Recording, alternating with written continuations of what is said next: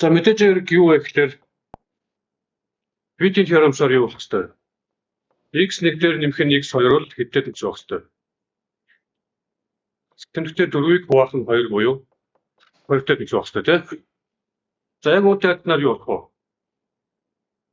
вэ? X1-ийг үржих нь X2 нь болохоор хасах 16-г хуваах нь 2 буюу хасах 8 гэж гарч ирнэ.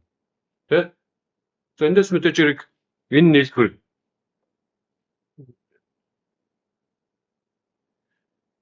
нэгийг хуваах нь X1 нэмэх нь нэгийг хуваах нь X2.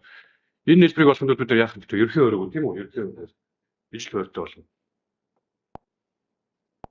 Ижил хуваарьтай болохын тулд яах ёстой вэ гэхээр энэ дээр X2 өрөг нь энэ дээр юу вэ? X1-ээр өгч таарна тийм. За тэгэхээр дээлтэй X2 дээр нэмэх нь X1 болно. Доотлолтоо юу вэ? X1-ийг өгчих нь X2 болно. Ойлгомжтой. Дээлх нь хэдтэй тэнцвэр? Хас 2 гэдээ олцсон байгаа. Доотлох нь хэд вэ? Хас 8 ингэ олцсон байгаа. Харагдах хэд вэ? 4-ний 1 гэдэг байна тийм.